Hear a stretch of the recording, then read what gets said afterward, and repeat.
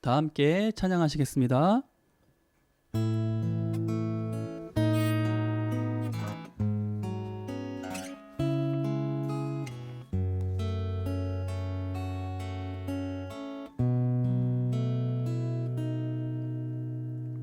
주님의 사랑이 이곳에 가득하기를 기도합니다.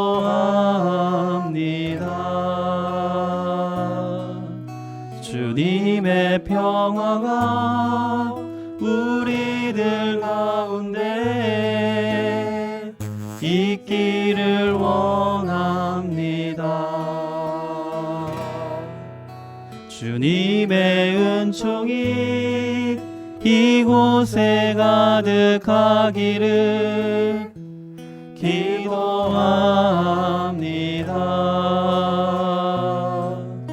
주님의 기쁨이 우리들 가운데 있기를 원합니다. 때로는 지치고 때로는 고뇌도 주만을 바라보면서 세상의 고통이 내게 닥쳐와도 주만을 사랑하리라. 주님의 축복이 이곳에 넘쳐나기를 원합니다.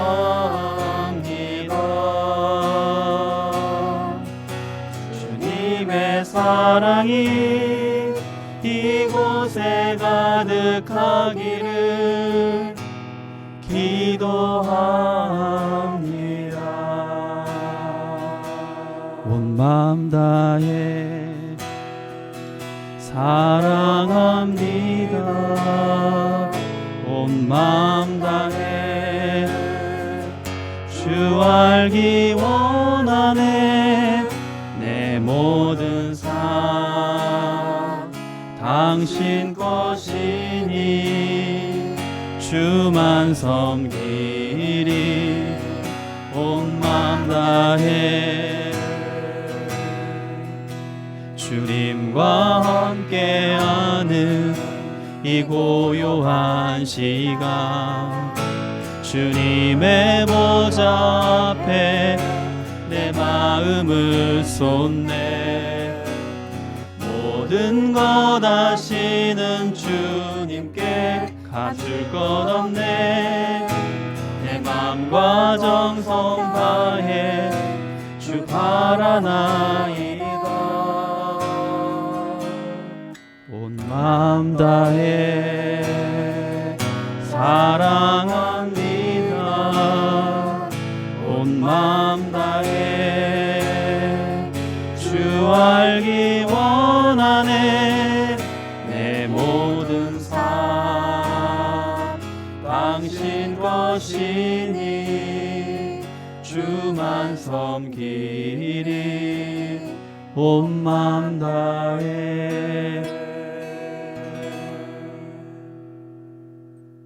수요사경회를 찾아주신 시청자 여러분 반갑습니다. 2주 만에 공백을 깨고 수요사경이 돌아왔습니다. 안녕하세요, 이경은입니다. 반갑습니다. 안녕하세요, 수도사님 반갑습니다. 네, 반갑습니다. 네, 반갑습니다. 안녕하세요, 오광수 전도사님. 네, 반갑습니다. 안녕하세요, 목사님. 네, 여러분 반갑습니다. 생명사랑교회 한문덕입니다. 어떻게 2주 만에 만나니까 너무 네. 반가운 것 같은데요. 네, 이제 이럴 때 꼭 이제 수도사님이 한마디 하시죠. 그러니까 기다리고 있어요. 네. 하루가 1년 같았습니다. 너무 짧게 끝났어요. 네. 내 영혼에 이런 얘기 안 나오시나요? 뭐 기본으로 깔려서 그래도 그렇게 시간을 주셔서 뭐 원치 않았던 또 수술도 하게 됐고. 아, 수술? 네네네, 그렇죠. 그 제거 수술. 예, 안에 뼈에 붙어 있던 그 볼트나 네네. 철판 같은 거, 철심 같은 거 제거하는 수술을 지난주에 해서 네. 네, 좀 더 야위어졌습니다. 부럽습니다. 네. 이게 살 빠지는 게 저는 이렇게 부럽죠. 네. 그래서 조금 더 회복이 더 빨라질 것 같고 그래서 네. 다행이네요. 우리 현업에 빨리 복귀해야 될 것 같습니다. 그러겠습니다. 네. 네. 오준 도사님 2주 동안 뭐 일 없으셨어요? 아, 저는 보셨죠? 직전 지난주에 좀 네.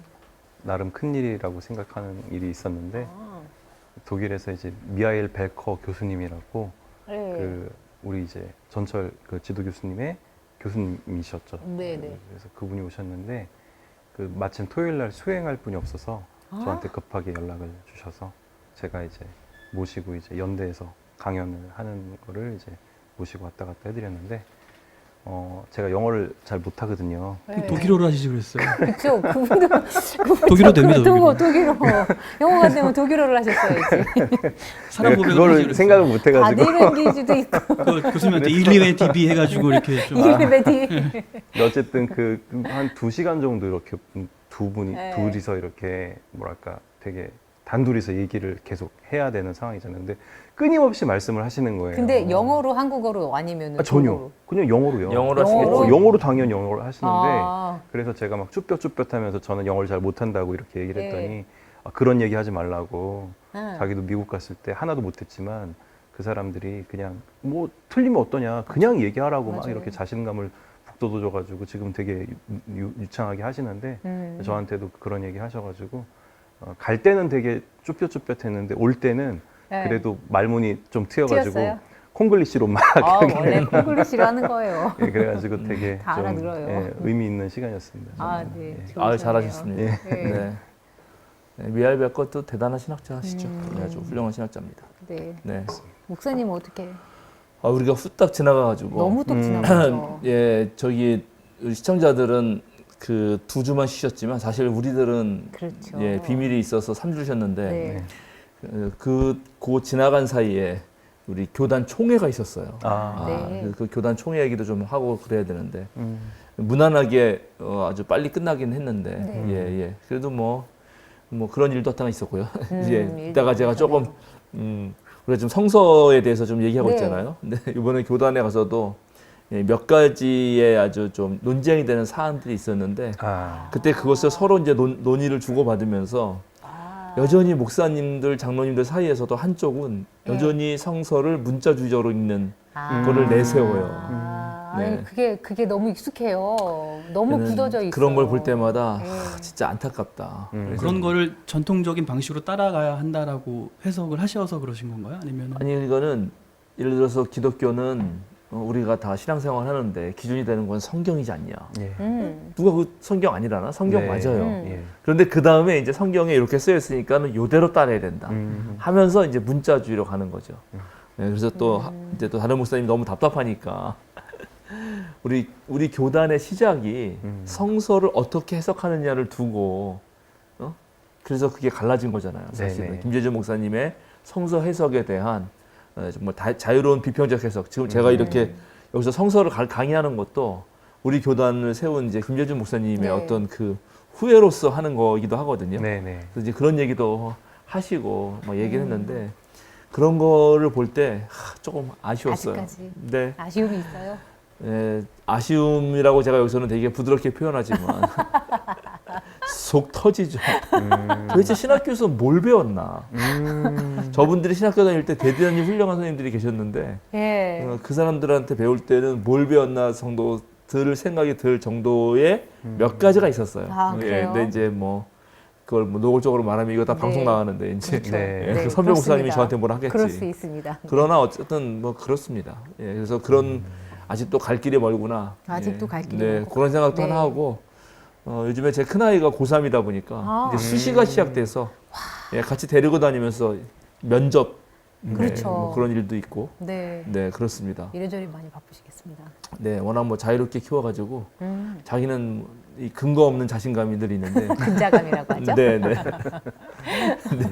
모르겠어요. 예, 뭐 네, 붙으면 어디든 그냥 붙으면 가는 거고 아, 네, 안 붙어도 아무 걱정은 없는데 뭐 알아서 다 살 거다 이렇게 생각하기 때문에 야, 일단 쉽지 그렇게 않은데. 예, 그렇게 잘 보내고 있습니다. 다들 바쁘게 보내셨네요. 전사님 어떻게 지내셨나요? 저요? 저 놀러 갔다 왔어요. 놀러 갔다 왔다. 휴가 갔다 휴가 왔어요. 다녀오셨죠? 휴가로 동생이 말레이시아에 있어가지고 말레이시아 한 일주일 갔다 왔거든요. 오. 너무 좋더라고요. 아, 말레이시아에 대해서 저 잘 모르는데 어떤가요, 거기는? 말레이시아는 일단은 생각보다 물가가 정말 저렴해요. 음. 그래서 거기 뭐 1링깃이라는 얘기가 300원이거든요. 근데 밥값이 한 7링깃, 8링깃 해요. 보면 4,000원, 3,000원, 5,000원인데 엄청 푸짐하게 나오고 그래서 동생이 좀 약간 시골에 있어요. 그래서 동생이랑 조카들 얼굴 보고 왔는데 매번 다 나가서 사 먹었거든요. 음식도 맛있고 가격도 저렴하고 그래서 이렇게 보내고 왔습니다. 주로 휴식. 걷고, 휴식. 예, 말 그대로 동생 휴식. 만나면서 좀 네, 쉬고 네, 오신 휴식하고 왔어요. 잘하셨습니다. 너무 좋은 시간 뭐 보내고 늘 왔습니다. 원하던 다이어트는 건너갔군요. 늘 원하던 다이어트는 늘 원하기만 할 뿐이에요. 늘 원해야 하는 대상이기 때문에 이루면 안 돼요. 다이어트는 내일부터. 네, 감사합니다. 네, 목사님 저희 수요사경에 AS 있었어요. 네, 네, 그것부터 네. 시작합시다. 오늘. 네. 저도 봤습니다. 유재명님이십니다. 네, 수요사경의 애청자입니다. 끝까지 공부하고 질문을 남깁니다. 이번 강의에서 사회적 비평에 대해 자세히 설명해 주셨는데 주로 신약을 중심으로 예를 들었네요.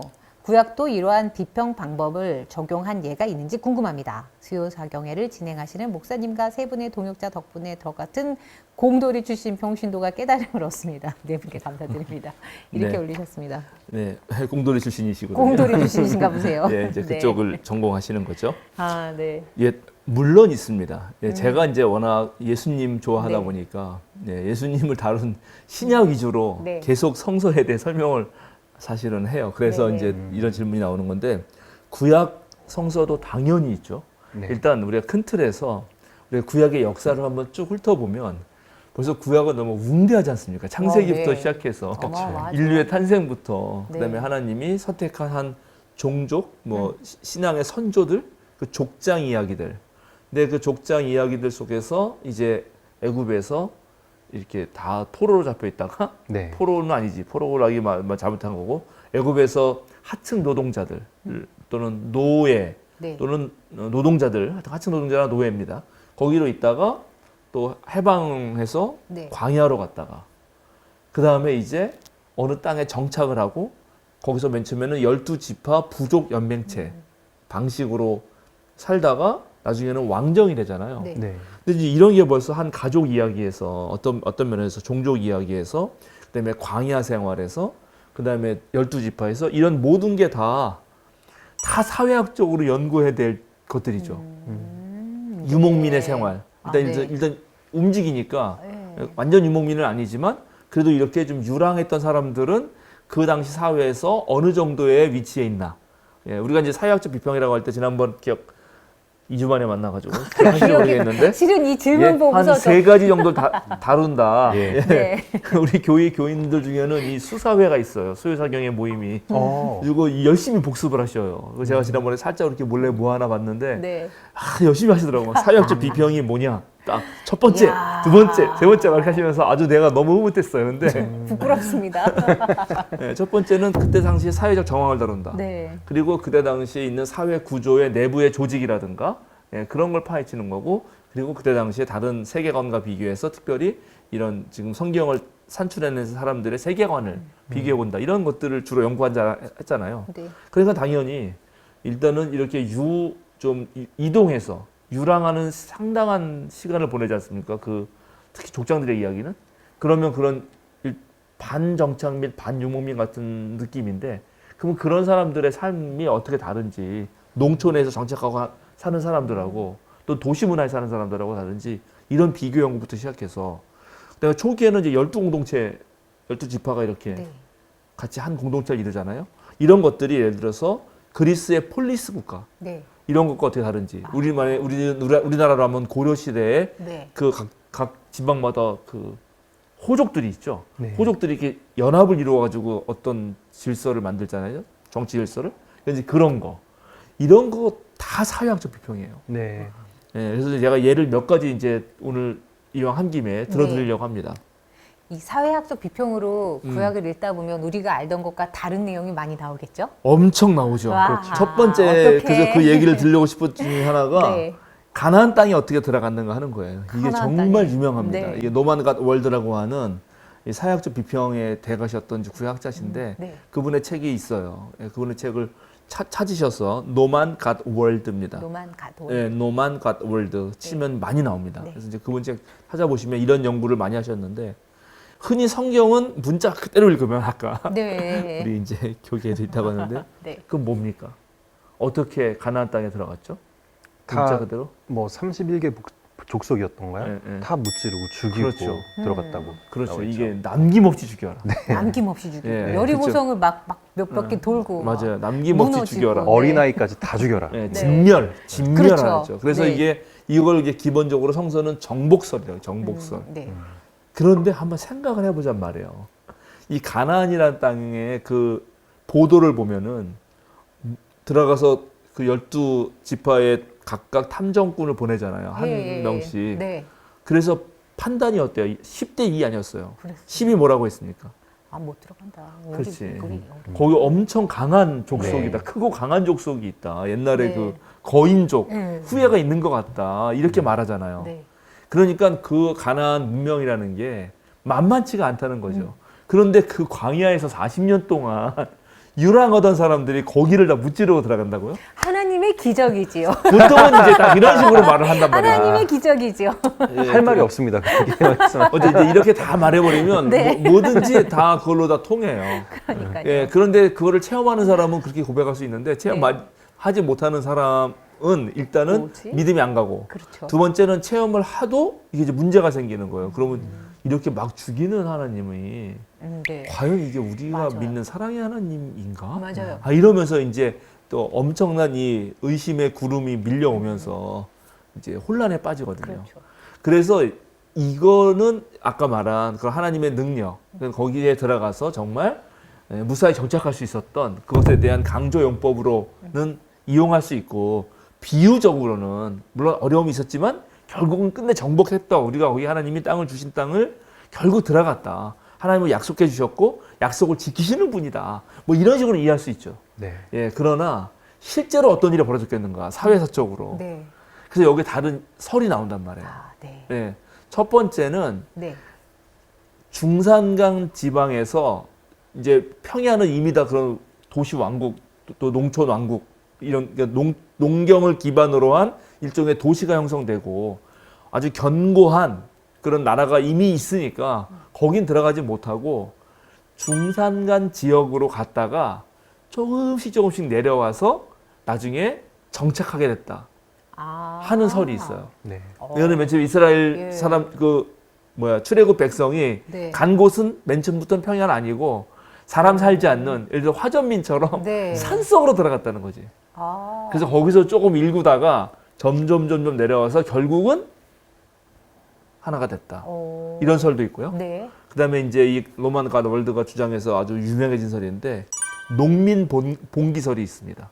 아.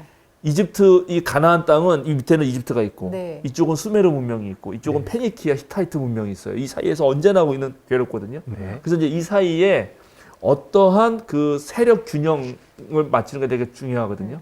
그래서 그런 세력 균형이 바뀔 때마다 이 가나안 땅의 정권의 내부 문제가 생기는 거죠. 이번에 강서구에서 그죠? 네, 네. 17점 몇 대로 하여튼간 이게 네. 되자마자 지금 이 민주당과 예. 이 국민의힘의 내부에 막 그렇죠. 뭐가 많이 달라지잖아요. 그렇죠. 막 네. 내진이 네, 생기잖아요. 네. 네. 맞아요. 세력 균형 관계에 따라서 가나안 땅도 뭔가 문제가 생기지 않겠어요. 그래서 그 기회를 타가지고 거기서 피지배민이던 농민들이 반란을 일으켰다는 거야. 네. 그 반란을 일으킨 자들과 그 다음에 이 야훼 하나님 신앙을 가진 사람들이 중산간에 살다가 네. 연합을 해서 아. 결국 거기를 정복해내고 아. 그리고 다시 이제 나라를 세웠다. 오. 이런 설들이 있는 거야. 이런 거는 사회학적 비평 아니면은 할 수가 없어요. 야, 저 안전 전쟁은 안 치렀어요. 그래서 하여튼 뭐가 정답인지는 모르죠. 네. 네. 왜냐면 너무 오래된 일이라서. 그러니까 이런 다양한 가설들이 있습니다. 네. 그리고 또 이제 뭐 같은 것이 있냐면 사회적 비평 뭐 예를 들자면 우리가 너무 잘 아는 바벨탑 사건 있잖아요. 예. 바벨탑 그건 너무 잘 알죠. 네. 그럼 바벨탑이 이게 도대체 언제 쓰여진 걸까? 바벨탑 사건은 그냥 이야기일 뿐일까? 그 이야기를 배태한 어떤 사람들이 상정한 어떤 세계, 시공간이 분명히 있지 않을까 이렇게 생각해 보는 거죠. 네. 근데 여기에 이제 우리가 딱 아이디어를 얻는 거는 지난번에 말한 내 문서설, 우리 네. 네. 자료 비평에서 네. 배웠죠. 네. 네. 근데 바벨탑 사건은 제2문서란 말이에요. 네. 제2문서.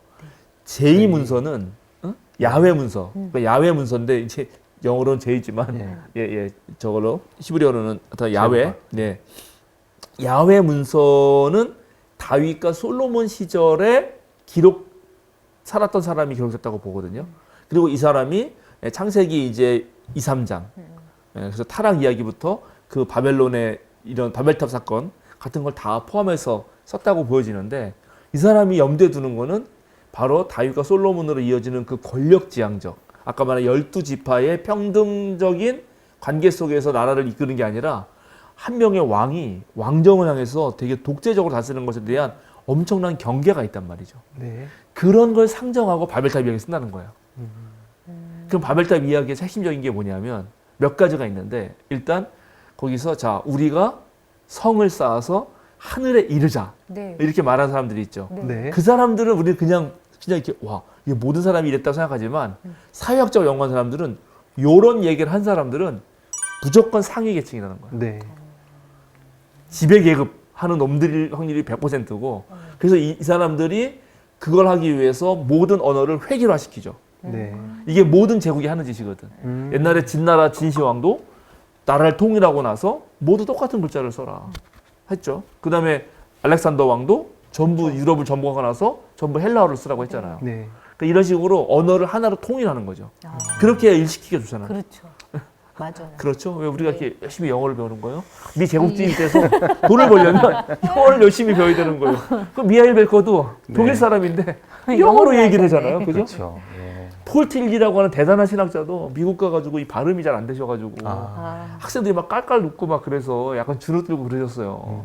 참 안타까운 일이죠. 그러네요. 예, 그래서 그래요. 거기서 보면 그래서 그런 계급 질서의 윗사람들이 교만하게 하나님에 대해서 대항하고 그리고 아랫사람들에게는 획일적 언어를 강요하면서 일을 시킨 것을 반영한다. 네. 라고 분석해낸다고요. 아, 네. 근데 그런 어, 현상이 지금도 일어나는 것 같아요. 그렇죠. 고도 제한을 해제했다고 어, 여야 할 것 없이 막 플랜카드 내걸고 그러더라고요. 어. 우리 그 북한산 있는 강북 지역에. 어, 그거는 어떻게 보면 언어를 개발이 짱이다, 돈 버는 게 짱이다 이런 걸로 통일시키는 그런 느낌도 들었어요. 맞아요. 이게 참 재밌는데 그래서 박원순 시장 계실 때는 사실은 어떻게 하면 공생을 할까를 좀 고민한 분이에요. 그래도. 예. 근데 이제 다 바뀌고 그런 분위기가 바뀌고 이제 무조건 높이 짓고 도시 재개발하면 어떤 일이 벌어지는가? 거기에 입주민들은 대부분 쫓겨납니다. 맞아요. 거기 살던 사람들. 왜냐하면 그 재개발하는 비용을 감당하기 어려워요. 하나 그 아파트 딱지 같은 거 받아도 네. 그 원래 살던 집보다는 훨씬 비싸지기 때문에 그렇죠. 그러고 이 사람들은 다 주변으로 다 이제 떨어져 나가요. 그 해방일지에 나오는 네. 신자가 되는 거야. 노른자 이제 못 돼. 그리고 여기에는 돈 많은 사람들이 이제 몰려들게 되고 뭐 이런 식이 벌어지거든. 그러니까 이제 이런 것을 이제 비교할 수가 있는 거죠. 그래서 이런 거를 아주 제가 이제 말로만 했는데 조금 몇 가지는 보여주고 싶어요. 아, 왜냐면 네. 내가 너무 신약만 하니까 아, 다음에 이제 구약하니까 다 할 예. 텐데. 자, 예. 느헤미야를 찾아봅시다. 느헤미야. 느헤미야 5장 1절부터 13절을 한번 쭉 읽어볼까요? 백성 사이에서 유다인 동포를 원망하는 소리가 크게 일고 있다. 부인들이 더 아우성이다. 더러는 이렇게 울부짖는다. 우리 아들 딸들 거기에다 우리까지 이렇게 식구가 많으니 입에 풀칠이라도 하고 살아가려면 곡식이라도 가져오자.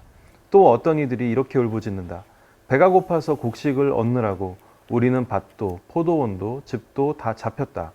또 어떤 이들은 이렇게 외친다. 우리는 왕에게 세금을 낼 돈이 없어서 밭과 포도원을 잡히고 돈을 꾸어야만 했다. 또 더러는 이렇게 탄식한다. 우리의 몸이라고 해서 유다인 동포들의 몸과 무엇이 다르냐? 우리의 자식이라고 해서 그들의 자식과 무엇이 다르단 말이냐? 그런데도 우리가 아들, 딸을 종으로 팔아야 하다니. 우리의 딸 가운데는 벌써 노예가 된 아이들도 있는데 밭과 포도원이 다 남의 것이 되어서 우리는 어떻게 손을 쓸 수도 없다. 그들의 울부짖음과 탄식을 듣고 보니 나 또한 치밀어 오르는 분노를 참을 수가 없다. 나는 그들이 울부짖는 내용을 신중하게 살핀 다음에 귀족들과 관리들에게 어찌하여 같은 결의끼리 돈놀이를 하느냐고 호되게 나무랐다. 이 문제를 다루어야 하겠기에 나는 대화를 열고서 귀족들과 관리들에게 말하였다. 우리는 이방 사람들에게 팔려서 종이 된 유다 동포를 애써 몸값을 치르고 데려왔소. 그런데 지금 당신들은 동포를 또 팔고 있어. 이제 우리더러 그들을 다시 사오라는 말이요. 이렇게 말하였으나 그들 가운데 대답하는 사람은 아무도 없다. 그들에게 할 말이 없을 것이다. 내가 말을 계속하였다. 당신들이 한 처사는 옳지 않습니다. 이방인 원수들에게 웃음거리가 되지 않으려거든 하나님을 두려워하면서 살아야 합니다. 나도 나의 친족도 그리고 내 아랫사람들도 백성에게 돈과 곡식을 구워주고 있습니다. 제발 이제부터는 백성에게서 이자 받는 것을 그만둡시다. 그러니 당신들도 밭과 포도원과 올리브 밭과 집을 오늘 당장 다 돌려주십시오. 돈과 곡식과 새 포도주와 올리브 기름을 구워주고서 받는 이 비싼 이자도 당장 돌려주십시오. 그들은 대답하였다. 모두 돌려주겠습니다. 그들에게서 아무것도 받지 않겠습니다. 말씀하신 대로 다 하겠습니다. 나는 곧 제사장들을 불러 모으고 그 자리에서 귀족들과 관리들에게 자기들이 약속한 것을 서약하게 하였다. 나는 또 나의 주머니를 털어 보이면서 말하였다. 이 서약을 지키지 않는 사람은 하나님이 그 집과 재산을 이렇게 다 털어 버리실 것입니다. 그런 자는 털리고 털려서 마침내 빈 털터리가 되고 말 것입니다. 내가 이렇게 말하자 거기에 모인 모든 사람이 아멘 하며 주님을 찬양하였다.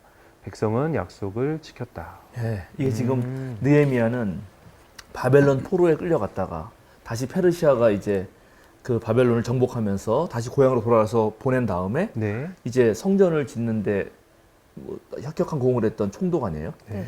그런데 그때 상황을 너무 잘 얘기해 주죠. 이때 페르시아도 보냈지만 조공을 받았잖아요. 네. 그 조공을 만약에 내야 되니까 가난한 사람은 계속 가난한 사람이 되고 그래서 가난한 사람이 또 조공을 내면서 먹고 살아야 되니까 어떻게 했다?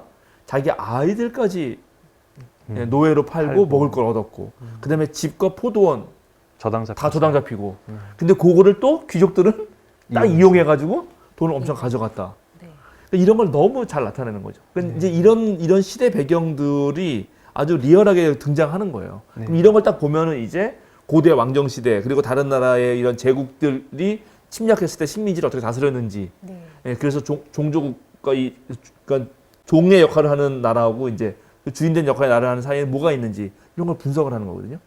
그런데 여기에 더 나아가서 4장 10절 보시면 이런 것도 있어요. 4장 10절. 그런데 유대 사람들 사이에서 이런 노래가 퍼지고 있었다. 흙더미는 아직도 산더미 같은데 짊어지고 나르다 힘이 다 빠졌으니 우리 힘으로는 이 성벽 다 쌓지 못하리. 자, 그러니까 지금 이 백성들 생각해 보세요. 이야. 이쪽으로 돈 뺏기고 성벽도 저희잖아, 성전. 그러니까요. 그러니까 이쪽으로 가는 거죠. 아, 네. 예, 이런 거가 된단 말이에요. 이런 분석을 해낼 수 있단 말이에요. 그런데 이런 거를 보면서 이제 이 성서학자가 요거만 보는 게 아니라 이제 성경 전체를 막 보는 거예요. 그러면서 한번 찾아봅시다. 이 비슷한 시대에 쓰인 문서들이 비슷하지 않을까? 네. 하고 딱 생각해 보는 거죠. 자, 말라기 3장 5절. 내가 너희를 심판하러 가겠다. 점치는 자와 간음하는 자와 거짓으로 증언하는 자와 일꾼의 품삯을 떼어먹는 자와 과부와 고아를 억압하고 나그네를 학대하는 자와 나를 경외하지 않는 자들의 잘못을 증언하는 증인으로 기꺼이 나서겠다. 나 만군의 주가 말한다. 이제 이런 것도 그냥 일반적인 말일 수 있을 것 같은데 네. 만약에 이게 같은 시대라면 이거는 페르시아 시대를 반영할 거다. 이런 식으로 이제 풀어내는 거예요. 말라기도. 네, 네. 그런데 이것만이 아니라 더 있어요. 놀라운 거는 욥기 보죠. 욥기. 이제 욥기 같은 경우를 그렇게 생각한다는 건 쉽지 않거든요. 네. 욥기 6장 27절. 너희는 고아라도 제비를 뽑아 노예로 넘기고 이익을 챙길 일이라면 친구라도 서슴지 않고 팔아 넘길 자들이다. 예. 지금 이게 다 누구를 욕하는 걸까? 이게 그냥 있는 게 아니고 누군가가 있다는 거죠. 이게 바로 페르시아 시대의 그런 귀족들과 관리들이고 네. 또 페르시아 놈들이라고 하는 거예요. 9장 24절도 있는데 자, 요거는 제가 읽어보겠습니다. 세상이 악한 권세자의 손에 넘어가도 주님께서 재판관의 눈을 가려서 제대로 판결하지 못하게 하신다. 그렇지 않다고 하면 그렇게 하는 이가 누구란 말이냐. 이런 탄식. 네. 이게 세상이 좀 넘어갔단 말을 하잖아요. 네네. 이럴 때 뭐가 넘어간 거지? 이런 생각을 하게 되는 거예요. 그냥 이게 그냥 한 말이 아니라는 거죠. 네. 그 다음에 욥기 22장 6절에서 8절 여기 또 이제 아주 리얼하게 나옵니다. 내가 까닭없이 친족의 재산을 압류하고 옷을 빼앗아 헐벗게 하고 목마른 사람에게 마실 물 한 모금도 주지 않고 배고픈 사람에게 먹을 것도 주지 않았기 때문이 아니겠느냐. 너는 권세를 이용하고 땅을 차지하고 지위를 이용하고 이 땅에서 거들먹거리면서 살았다. 네, 그렇죠. 이런 식으로. 네. 네. 이런 것들을 말할 때 이게 그냥 말하는 게 아니라 우리는 일반적인 말이라고 생각하지만 이런 말할 때 이 시대 상황을 보면 이거는 전부 다 페르시아 시대의 그런 귀족 관리들이 했던 짓들을 떠올리면서 이 말을 했을 거라고 학자들은 연구를 하는 겁니다. 네. 야, 네, 그러니까 우리도 막 이게 오늘날 진짜 살기 힘들다고 막 말하고 네. 할 때 제일 어떤 놈들 때문에 그렇다. 네네. 근데 어느 시대에서 살기 힘들죠. 네. 옛날에는 군인 때문에 살기 힘들었고 아. 그 더 전에는 경찰 때문에 살기 힘들었고 요즘에는 있고요. 그렇죠. 또 있고 그렇죠. 이렇게 되는 거란 말이에요. 네. 칼을 휘두르는 사람들. 예, 뭐 그런 겁니다. 네, 하여튼간. 그렇죠. 자, 그리고 더 재밌는 거는 자, 우리가 시편 잘 아는 시편 23편 이것도 사회학적 분석이 가능해요. 시편 23편 이거 너무 유명한 건데. 어머, 이게요. 네, 1절만 누가 읽어 주십시오. 너무 잘 아는 거니까. 주님은 나의 목자시니 내게 부족함 없어라. 네. 그래서 주님은 나의 목자라고 할 때 우리는 일반적으로는 그냥 목동이 네. 그죠? 양을 치니까 네. 그 염소 치니까 그 양과 염소가 볼 때 목동말을 잘 따르니까 네. 그런 목자겠거니 생각을 합니다. 네, 맞습니다. 그런데 이때 요 문헌을 가지고 이제 그 주변에 이집트 메소포타미아의 왕실 문헌을 다 비교해 보는 거예요. 그런데 거기에도 전부 다 왕은 목자로 표현돼요. 아, 그래요. 그러니까는 이 시인이 이걸 말할 때 이거는 그냥 목자를 떠올리면서 한 말이 아니라 하나님이 그런 고대 제국의 왕 같은 분이라는 걸 말하는 거예요. 그리고 그런 고대 제국에서 왕의 존재는 한 명 한 명을 다 하는 게 아니라 이런 거예요. 말하자면 왕, 백성 이거. 무슨 말인지 아시겠죠?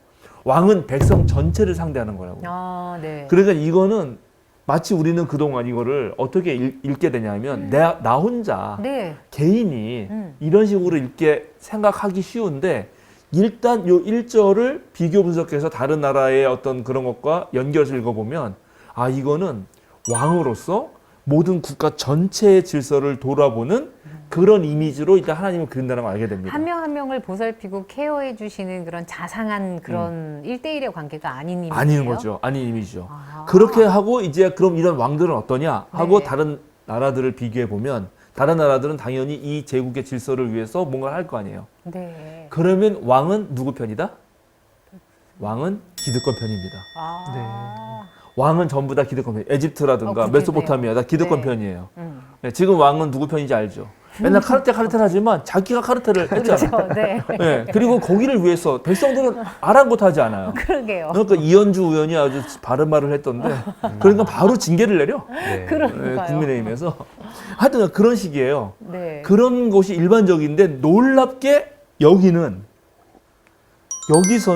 바뀐다 이게 얘기가 이 시편 23편에서는 네. 1절에서 4절까지는 계속 주님은 나의 목자로 얘기하다가 네. 5절이 되는 순간 주님 이렇게 나옵니다. 제가 5절 6절 읽어볼게요. 주님께서는 내 원수들이 보는 앞에서 내게 잔치상을 차려주시고 내 머리에 기름 부으시어 나를 귀한 손님으로 맞아주시니 내 잔이 넘칩니다. 진실로 주님의 선하심과 인자하심이 내가 사는 날 동안 나를 따르리니 나는 주님의 집으로 돌아가 영원히 그곳에서 살겠습니다. 근데 여기에 나를 귀한 손님으로 맞아준다는 말을 통해서 5절, 6절은 이제 목자이기보다 주인이에요. 그죠? 네. 그리고 나는 손님이에요. 네. 그런데 이 주인이 나를 맞아주는데 그 맞아주는 자리가 원수들이 보는 앞에 있어요. 그러니까 지금 이 사람은 매우 실존적 위기 상황에 있고 실제로 원수들이 코앞에 있어요. 그래서 그걸 피해서 지금 하나님께로 간 거죠. 갔는데 그 하나님이 주인처럼 귀한 손님 맞이하듯이 나를 맞이해 주면서 저 원수들이 못 오게 막아주고 나를 이렇게 기름도 부어주시고 잔도 채워주시고 보호해 준 거죠. 그러니까 이제 나는 어디 가고 싶다고? 나는 그래서 주님의 집에만 있고 싶다고 예, 이렇게 예. 말을 하거든요. 예.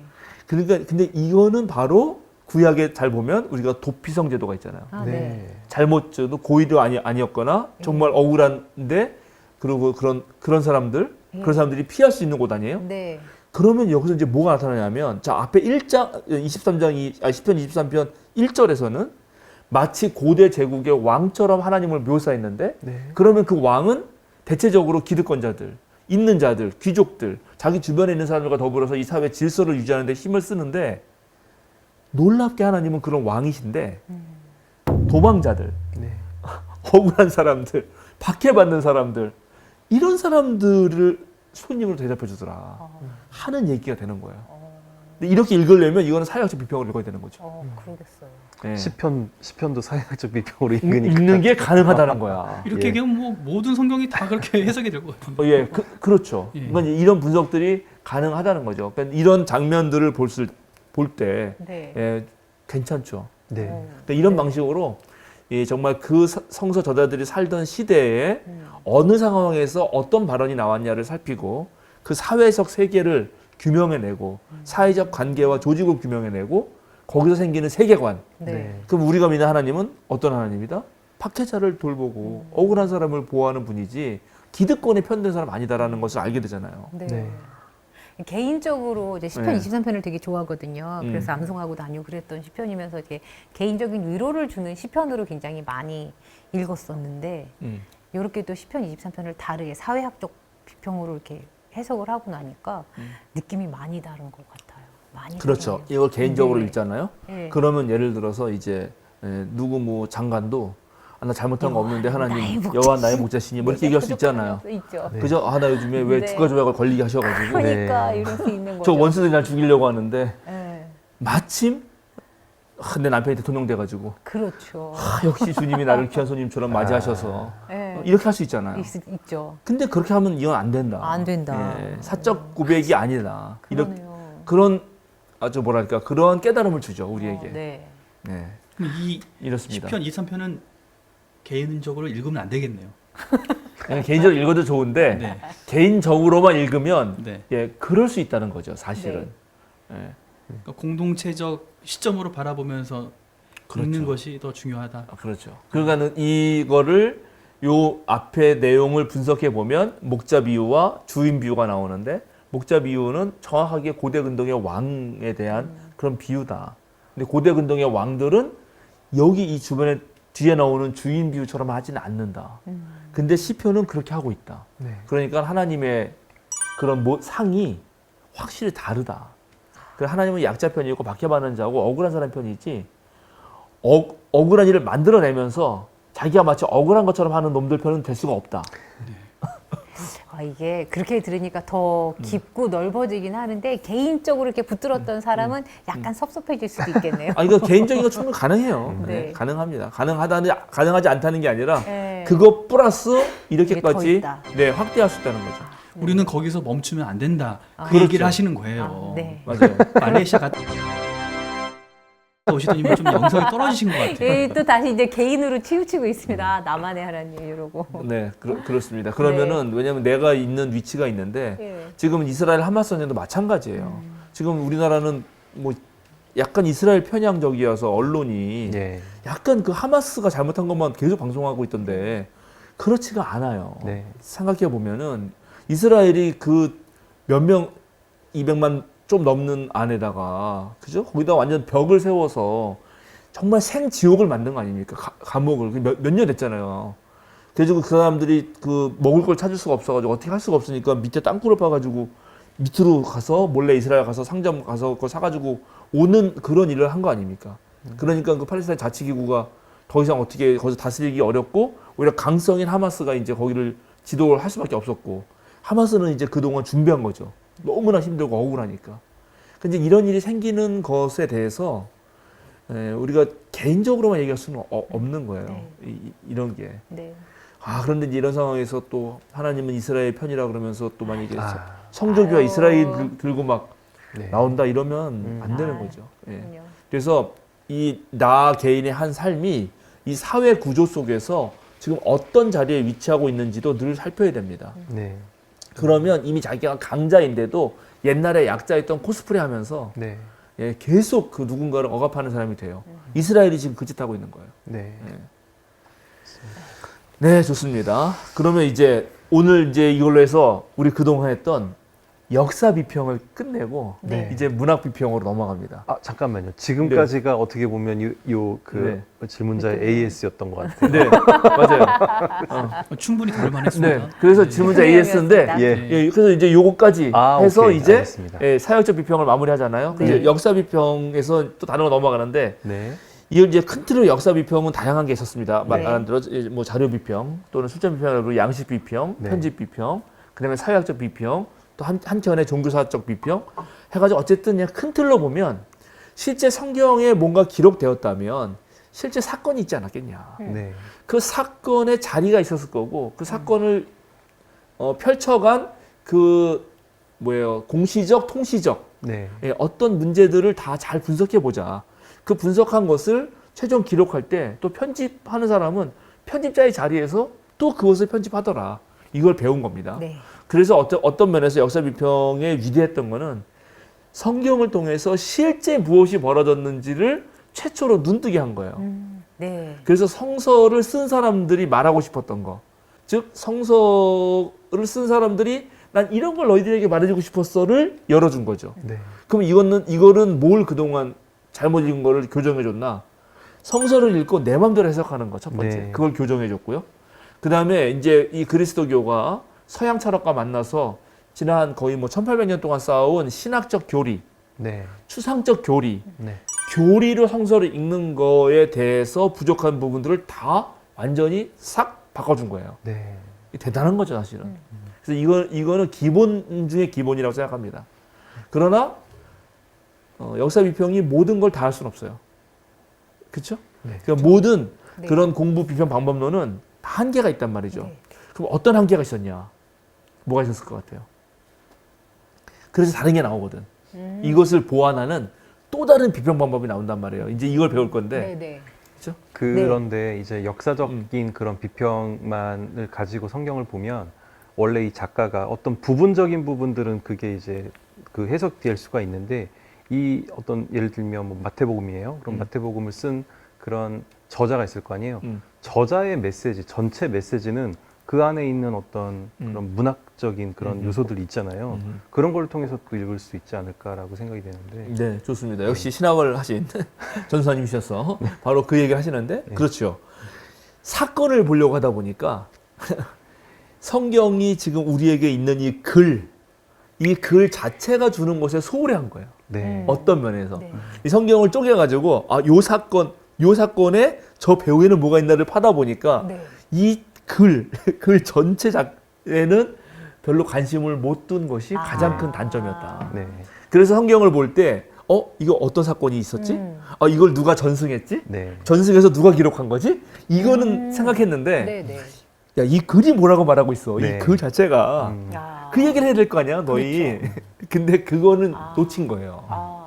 그래서 이제 새로운, 이제 미국에서 신문학 비평이라고 하는 새로운 이쪽 그런 문학계, 문학을 연구하는 분들의 비평 방법이 대두되면서 그게 성경으로 딱 들어오는 거죠. 성경도 글로 쓰여 있으니까. 네. 그래서 이제 역사 비평하는 분들이 사건, 전승자들, 편집자들, 그들이 처한 자리에 관심이 있었다면 네. 이제 문학 비평은 이것을 쓴 네. 저자가 어떤 이야기를 만드나, 그 이야기를 만들고 이걸 이제 누가 읽나. 그러면 이 저자가 근데 이야기를 만들 때 이제 이야기가 복잡한데 이 이야기를 들려주는 사람이 꼭 이 저자일 필요는 없어요. 네. 사랑방송님과 어머니 네. 아시죠? 사랑방송님과 어머니 주요섭인가? 아니 내 이름. 사랑방송님과 어머니가 네. 있어요. 그 사람 그 소설을 쓴 작가가 있죠. 네. 그런데 사랑방송님과 어머니에서 벌어지는 이야기가 있잖아요. 네. 네. 그렇죠? 어머니가 있고 그 어머니 딸이 있고 이제 그 무슨 하숙방처럼 뭘 운영하는데 사람 방에 이제 손님이 온 거죠. 네. 그렇죠? 그래서 그 이야기 벌어지는 엄마와 사람과 손님 간의 사이에 벌어지는 그 애틋하고 미묘한 관계를 누가 말하죠? 오키인가요? 오키가 누구예요? 엄마 딸. 네. 그러면 그 이야기를 들려주는 사람은 누구죠? 오키예요. 그러네요. 그렇죠. 그렇죠. 그러니까 이 이야기를 들려주는 내재적 저자라고 불러요. 네. 내재적 저자와 실제 저자가 다르다고요. 네. 네. 이야기는 얼마든지 그렇게 할 수가 있어요. 네. 얼마든지. 그래서 이 실제 저자는 요 내재적 저자, 즉 화자를 통해서 자기가 하고 싶은 얘기를 하거든요. 근데 요 내재적 저자는 또 내재적 독자도 생각해요. 네. 요 이야기를 이런 사람이 들었으면 좋겠네 하고 얘기할 수도 있어요. 네. 그래서 요 이야기 안에는 또 다시 내재적 저자와 이야기와 내재적 독자가 있어요. 네. 그리고 또 실제 독자도 있잖아요. 네. 네. 이런 복잡한 이제 문학 이론이 들어가는 거야. 복잡하네요. 그래도 복잡합니다. 이제 결국은 뭘 하고 싶냐면 아까 역사 비평 이거 잘 알았는데 역사 비평은 요건 제가 신학생활을 위해서 열심히 설명하는 거예요 지금. 네네. 역사 비평은 사건, 네. 전승자, 텍스트에 대한 기록, 네. 편집자 이런 거라면 여기는 이제 결국 실제 저자가 내재된 저자를 통해서 어떤 이야기를 하고 그 이야기가 내재된 독자든 아니면 실제 독자에게 어떤 영향을 주느냐, 네. 어떤 의도를 가지고 이 이야기를 하고 싶은 거냐를 밝히는 겁니다. 사실 그래서 요거는 그 앞에 역사 비평에서 편집 비평이라고 했었잖아요. 네. 네. 편집 비평은 뭐였습니까? 신학자의 의도를 밝히는 거였어요. 네. 네. 네. 엄청난 많은 자료가 있는데 그 자료를 이 사람이 그냥 막 쓴 게 아니라 배치했단 말이에요. 적절하게. 네. 요 배치하는 것이 이 신학자의 의도였듯이 네. 요거를 배치할 때 여기에 엄청난 문학적 양식, 소설가를 쓰는 뭐 이런 또 작가, 시나리오 작가처럼 여기에 막 등장인물도 하고 사건도 여기다 집어넣을까 여기다 집어넣을까, 접속사는 어떻게 쓸까, 이런 거를 아주 교묘하게 만드는 장치를 집어넣으면 훨씬 더 좋을 거 아니에요. 네. 그것을 문학적으로 깊게 분석할 수 있다. 그래서 큰 틀에서는 편집 비평하고 매우 또 밀접하게 연관되어 있습니다. 네. 네. 그러니까 문학 비평이 양식 비평의 부족한 지점을 메꿔주면서도 사실은 그 역사 비평의 네. 역사 비평 중 하나인 편집 비평을 이어가는 것이기도 네. 해요. 예. 그래서 제가 이 얘기를 왜 하냐? 네. 이 두 가지를 그래서 같이 해야 된다. 이거를 많은 사람들이 이제 역사 비평 시대는 끝났다 그러면서 헛소리를 하면서 이것만 이렇게 말하거든요. 예. 네. 그러면 안 된다 저는 이렇게 강력하게 주장합니다. 네. 네. 그래서 기본적으로 이거를 쓴 사건 현장의 느낌도 알고 네. 그걸 경험한 사람들이 어떤 화자를 통해서 이런 방식으로 이걸 얘기했겠구나. 네. 그래서 그거를 알면은 이제 성서를 보는 눈이 진짜 확 트여요. 네. 네, 완전히 트입니다. 그리고 이 문학 비평의 가장 큰 위대함은 내가 보면 꼼꼼히 읽기가 가능해. 이제 꼼꼼히 읽어야 되는 거야. 맞아. 이젠 대충 못 읽어요. 예. 글자 하나하나 누가 등장하지? 얘는 어떤 애지? 막 이렇게 되는 겁니다. 네. 자, 그래서 이제 역사 비평은 네. 삶의 자리라든가 전승 과정에 관심이 있었다면 문학 비평은 현재 본문에 관심이 있습니다. 그죠? 네. 역사 비평은 그 사건을 위해서 본문을 쪼갰어요. 네. 잘랐어. 잘라서 요것만 보려고 노력했거든요.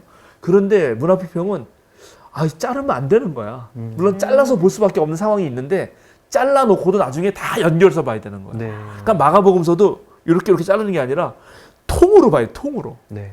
마가복음 전체를 이렇게 멀리서. 네. 와, 그렇게 봤더니 마가복음서는 이쪽에는 세례가 있고 이쪽에는 성찬이 있네. 이거는 완전히 초대 공동체 예배 모형 아니야. 네. 그러니까 마가복음서가 하나의 예배의 컨셉이네. 이런 걸 발견하는 거죠. 또 아니면은 보니까 이쪽에는 이게 무슨 예를 들어 속죄제 이쪽에 속죄제가 있구나. 속죄제가 있고 이쪽에 무슨 또 그런 그 신년에 뿔나팔 불고 막 소리가 들리고 하는 그런 유대인 절기가 있네. 네. 절기를 따라가니까 이게 딱 맞아 떨어지네. 근데 보니까 이게 6개월치밖에 없네. 네. 이걸 발견하는 거죠. 한 발 물러서서. 그러고 났더니 이래서 마태하고 누가가 왜 절기는 1년짜리인데 얘 이제 6개월밖에 안 썼지? 하고 늘릴 수밖에 없었구나를 알게 됩니다. 아, 이런 건 이제 엄청난 거예요. 네. 그리고 그 다음에 이제 그래서 그 이음새, 네. 이음새를 잘 보고 본문이 각각 얘기하는 것도 중요한데 이 전체가 통으로 무슨 얘기하냐. 예. 이것도 중요하다. 이걸 얘기하는 겁니다. 이 사람들은. 알았죠? 네. 자, 그래서 이제 이음새 하나를 또 살펴보려고 합니다. 요한복음서 3장 1절. 바리새 사람 가운데 니고데모라는 사람이 있었다. 그는 유대 사람의 한 지도자였다. 네. 우리 성경을 보면 딱 여기에 이제 이렇게 나오고 그 앞에 예수와 니고데모라고 제목도 나오고 예. 또 3장하고 1을 딱 끊어 있어요. 네. 그러니까 많은 사람들이 니고데모 이야기하면 딱 3장 1절부터 읽거든. 네. 그죠? 3장 1절부터 21절까지가 딱 니고데모 이야기로 맞아요. 이게 양식 비평을 한다면은 니고데모와 예수의 만난 이야기는 과연 이게 논쟁설한가 뭐 이런 걸 할 거란 말이죠. 네. 그래서 이걸 딱 잘라요. 네. 그죠? 네, 그렇죠. 그런데 이거를 이제 문학 비평한 사람들이 꼼꼼히 본단 말이에요. 네. 근데 우리말에는 바리새파 사람 가운데 니고데모라는 사람이 있었다라고만 되어 있어요. 네. 네. 그래서 제가 또 이 헬라 책을 들고 왔잖아요, 성경을. 헬라 성경에 이제 요한복음서를 펴서 3장 어딨냐? 5장, 4장. 3장 1절을 보면 어떻게 돼 있냐면 헨데 안스로포스 엑톤 파리사이온 니고데모스 오노마 아우토 아르콘톤 이유다이온 이렇게 돼 있어요. 이 읽어도 이제 네. 해석. 해는 있었다. 네. 근데 여기 있었다고 대가 있어 대. 요게 번역이 안 된 거야. 요 한 글자가 네. 대가 번역이 안 된 번역이 거예요. 안 됐어요. 네. 여기 대가. 그 대가 대가 뭔데요? 뭐냐면 그런데 이거거든요. 아. 그런데 바리새파 사람 가운데 니고데모라는 사람이 있었다로 되는 그렇죠. 거예요. 그러면 여기서 끊으면 돼요, 안 돼요? 그 안 전에 돼. 전에 뭐가 있어야 있었으니까. 되는 거죠. 그렇죠. 네. 네. 그러니까 우리가 지금 이 장절에 속아가지고 네. 안 되는 거죠. 아. 그러면 다시 그 앞에 보면 바로 23절부터 봤어야 됩니다. 23절부터. 자, 한번 23절부터 25절까지 읽어주실래요? 예수께서 6월절에 예루살렘에 계시는 동안에 많은 사람이 그가 행하시는 표징을 보고 그 이름을 믿었다. 그러나 예수께서는 모든 사람을 알고 계심으로 그들에게 몸을 맡기지 않으셨다. 그는 사람에 대해서는 어느 누구의 증언도 필요하지 않으셨기 때문이다. 그는 사람의 마음속에 있는 것까지도 알고 계셨던 것이다. 그렇죠. 여기 지금 많은 사람이 예수님의 표징을 보고 믿은 사람이 등장합니다. 네. 네. 그런데 니고데모 사람이 있었어요. 네. 그럼 이 사람도 표징을 보고 믿은 사람 중에 하나겠죠? 네. 네. 네. 그러면 바로 낮에 찾아왔어야 되는데 이 사람은 여기 유대 사람의 지도자니까 네. 낮에 가기는 창피해. 아. 예수의 사회적 지위가 별로 높지 않잖아요. 그럼 예. 밤에 몰래 간다? 가가지고 뭐라고 말하냐면 이제 드디어 2절에 등장하죠. 네. 제가 읽겠습니다. 이 사람이 밤에 예수께 와서 말하였다. 랍비님, 우리는 선생님이 하나님께로부터 오신 분임을 압니다. 하나님께서 함께하지 않으시면 선생님께서 행하시는 그런 표징들을 아무도 행할 수 없습니다. 네. 여기 표징 딱 나오잖아. 그러니까 네. 요 앞에서 이런 일이 있었던 거란 말이죠. 그리고 요 얘기를 하니까 여기서 이제 한 단계 더 나가야 되는 거고, 근데 예수님이 그 마음까지 안다 그러잖아요. 그러니까 니고데모의 마음까지 가서 더 깊은 진리를 깨달아 주는 이야기를 하고 싶다는 걸 알게 되는 거죠. 이렇게 비교해서 읽어야 된다는 거죠. 아, 네. 그런데 이걸 모르면 이제 그냥 니고데모 이야기네 하고 딱 잘라서 딱 본단 말이죠. 네. 그러네요. 예, 이게 문학 비평이 갖는 아주 위대한 점입니다. 네.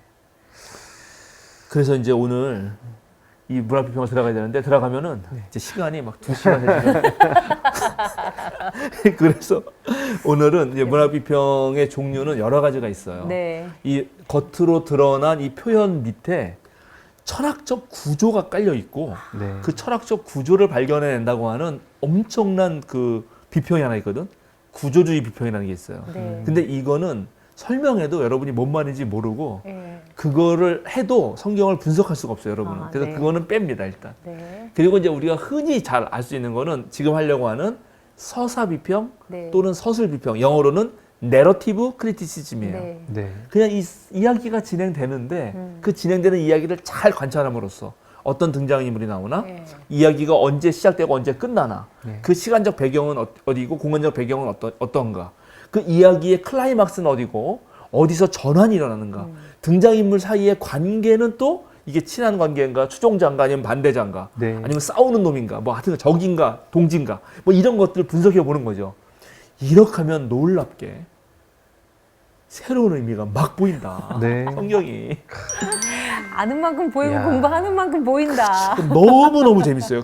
네. 그렇게 되면. 그래서 네. 이제 결국 이 내러티브 비평을 다음에 할 겁니다. 네, 실제로 네, 보여드릴 네. 건데 네, 네. 와. 내러티브 비평은 바로 이 실제 저자가 상관없이 네. 일단 실제 저자는 일단 쓰고 나면 끝나는 거예요. 사람들은 예를 들어 무라카미 하루키가 최근에 책 하나 또 냈거든. 네. 그거 딱 읽으면 거기에 진짜 막 주인공이 등장하고 네. 거기에 막 화자가 있단 말이에요. 거기에 빠진다고요. 그래서 그 화자가 요 이야기를 통해서 무슨 이야기를 들려주는지를 정확하게 파악해보자. 그것에 대한 방법론을 알려드리겠다. 네. 다음 주에 뵙겠습니다. 야, 이게 오늘 완전히 예고편 중입니다. 오늘. 아, 이거 진짜 네, 어쩔 수 없었어요. 왜냐하면 사회학적 비평 이거 저기 좀 예, 첩첩 산중 같습니다, 목사님. 그러니까 이제 이거를 네. 정말 성경 한 저희 20 몇 가지 할 것 같은데 이거 다 막 배우고 나면은 예. 성경을 시간 내서 하나하나 천천히 보잖아요. 예.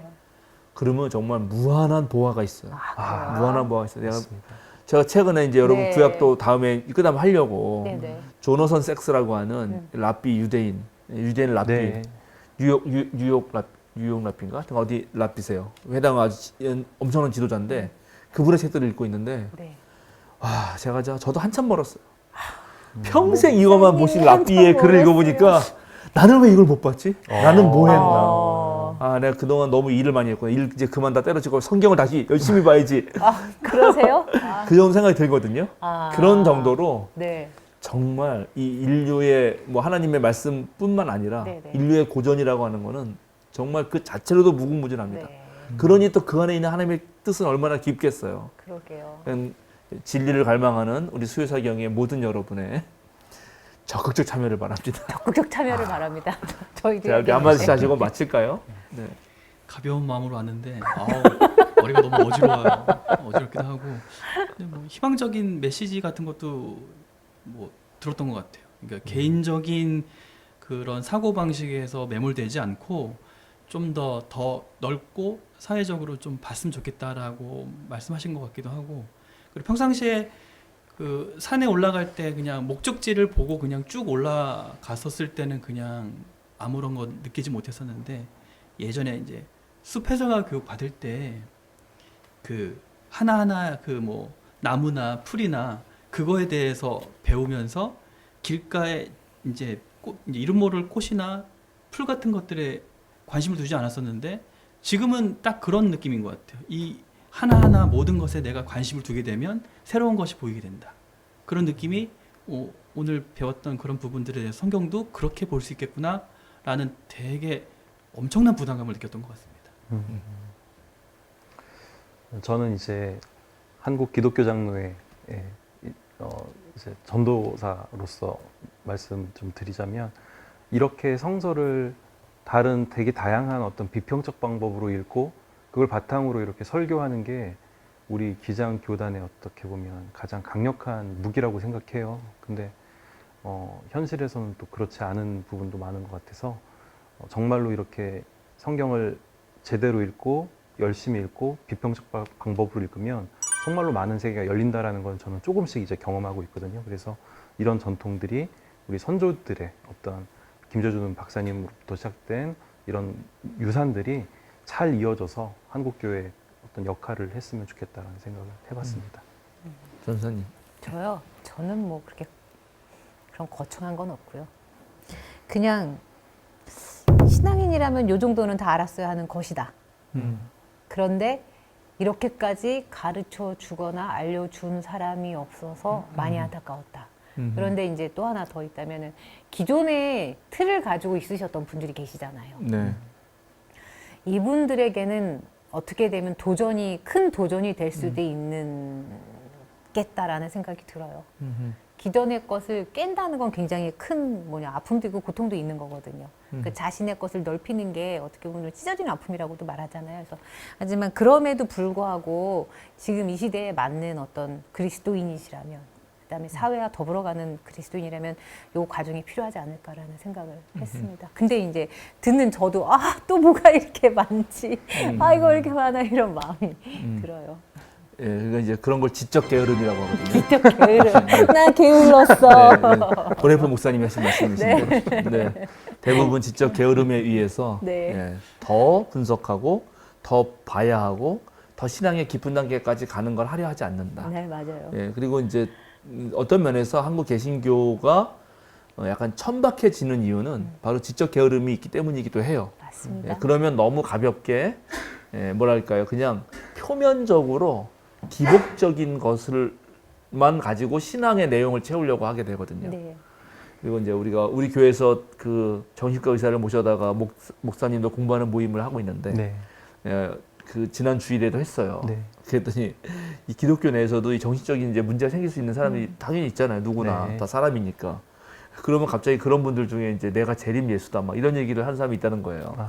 환청이 들리고 막 계시를 보면서 그러면 헷갈린다는 거죠. 근데 그렇게 될 때 제가 뭐라 그랬냐면 그 전도사한테 아마 우리 기장 전도사님들은 환청을 봐도 내가 재림 예수다 그렇게 할 것 같지는 않다고. 그러니까 무슨 말이냐면 성서를 이해하는 그 방식도 이렇게 깊이 들어가서 얼마든지 우리 삶의 세부적인 것 그리고 아주 실제적인 것, 실제 삶에 도움이 되고 현대 인문학적 소양과 자연과학적 소양을과도 충분히 같이 갈 수 있는데 네. 그것과 너무 이렇게 결별하는 방식으로. 그래서 교회에서는 끼리끼리는 통하는데 세상 사람들하고 말하면 세상 사람들이 기독교인하고는 정말 대화하고 싶지 않은 그런 아주 뭐랄까 표면적인 마치 그 말조신경만 자극하는 그런 느낌의 네. 그리스도인이 되지 않으려면 네. 이렇게 성경을 다면적으로 보고 다양한 방식으로 볼 수 있는 눈을 키워야 된다. 네. 그래서 제가 이거 꼭 하고 싶었던 것이고 이렇게 네. 자세하게 하는 겁니다. 감사합니다. 네. 너무 필요합니다. 네, 우리 수요사경에 보시는 많은 분들이 좀 도움이 되셨으면 좋겠고, 그 다음에 이제 우리 또 공부하시는 또 목사님들과 우리 신학생들도 도움이 되면 좋겠다고 생각합니다. 네. 기도할까요? 네. 네. 주님 감사합니다. 두 주 쉬고 다시 우리 만났습니다. 이제 역사 비평을 마무리하고 새로운 또 문학 비평으로 들어갑니다. 모든 글은 글 쓴 이의 어떤 뜻과 의도가 잠겨 있고 또 그것을 잘 설득하고 잘 표현하기 위해서 다양한 문학 기법도 사용합니다. 앞으로 그런 것들을 배우게 됩니다. 우리가 성경에서 하나님의 뜻을 발견하는 데 이르기까지 거쳐야 되는 그런 수고와 애쓰는 것들을 포기하지 않게 하시고 그런 과정을 통해서 성경 말씀을 만날 때 거기서 아주 깊은 하나님의 뜻을 캐낼 수 있는 우리가 될 수 있도록 주여 도와주시고 특별히 우리 수요사경회가 그 역할을 잘 감당할 수 있도록 주여 함께 앞서서 수요사경회를 시청하는 모든 성도들이 하나님 말씀을 통하여 삶의 의미를 느낄 뿐만 아니라 삶의 모든 어려움과 고난도 이겨낼 수 있는 그런 참된 신앙의 힘을 키워가게 하여 주소서. 감사드리며 예수님의 이름으로 기도드립니다. 아멘. 아멘.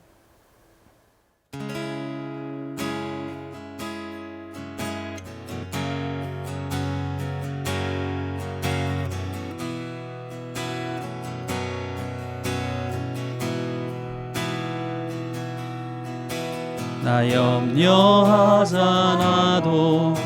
내 쓸 것 아시니 나 오직 주의 얼굴 구하게 하소서. 다 이해할 수 없을 때라도 감사하며 날마다 순종하며 주 따르오리다. 온 마음 다해 사랑합니다. 온 마음 다해 주 알기 원하네. 내 모든 삶 당신 것이니 주만 섬기리. 온 마음 다해 온 마음 다해 온 마음 다해 사랑합니다 온 마음 다해 주 알기 원하네 내 모든 삶 당신 것이니 주만 섬기리 온 마음 다해